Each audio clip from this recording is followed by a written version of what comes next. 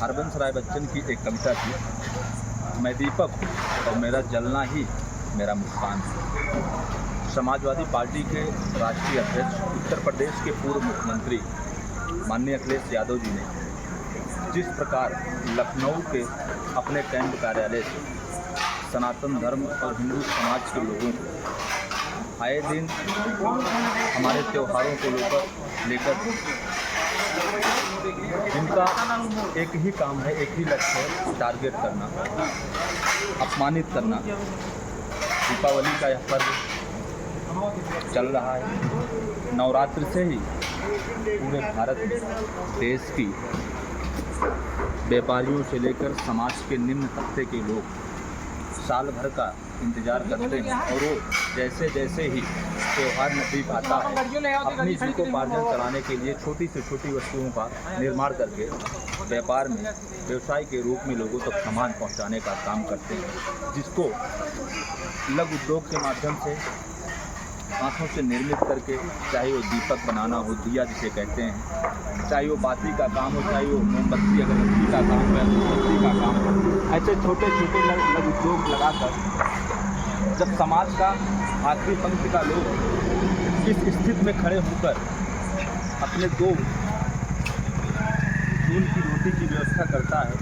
तो राजनीतिक पार्टियों में बड़े पदों पर बैठे राजनेताओं को या अच्छा तोहफा नहीं देता, क्योंकि उनका काम है समाज को जातियों में लड़ाना और समाज को जातियों में तोड़ना।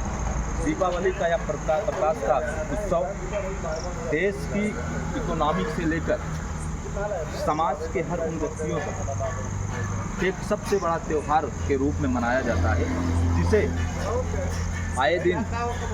समाजवादी पार्टी के चाहे वो कार्यकर्ता हों, चाहे वो राष्ट्रीय अध्यक्ष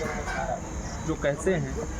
हिंदू समाज का जो यह त्यौहार है, जो सनातन धर्म, सनातन संस्कृति है, जो हमारी विरासत है, पता नहीं किस चीज़ को लेकर इन्हें चिढ़ रहती है और अपना कुछ ना कुछ भाषण बयान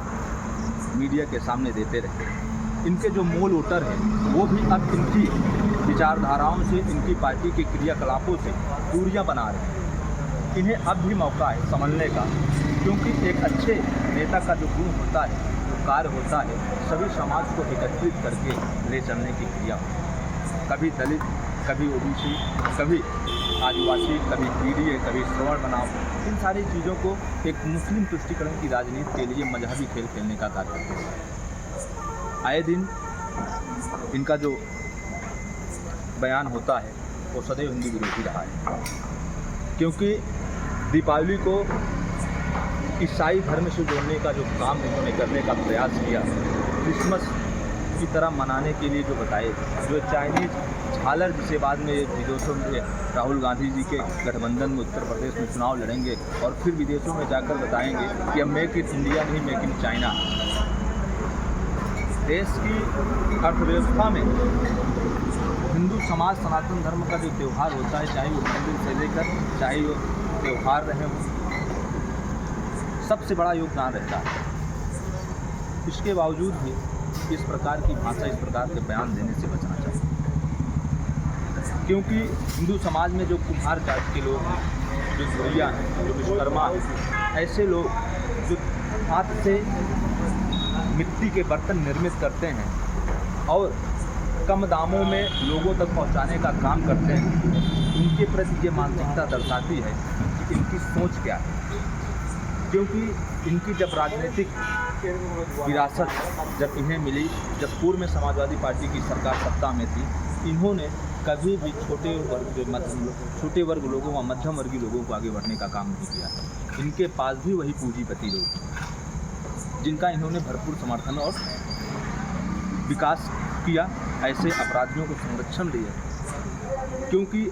हिंदू समाज के त्यौहार को कभी क्रिसमस से, कभी ईसाइयों से जोड़ने का काम दीपावली को करेंगे, होली को कभी ईद से तुलना करेंगे। इनका चाल चरित्र सिर्फ मजहबी है, सिर्फ एक खास मजहब के वोट बैंक को और मजबूत और पुख्ता करने के लिए इनका एक ही सूत्री काम है, सिर्फ समाज को बांटना। आप सभी समस्त हिंदू भाइयों को सनातन धर्म के इस पवित्र त्यौहार प्रकाश उत्सव का पर्व दीपावली की ढेर सारी शुभकामनाएं आपके जीवन में निरंतर नई नई ऊर्जा के साथ, नए प्रकाश के साथ आपका स्नेह, आपका परिवार, आपका समाज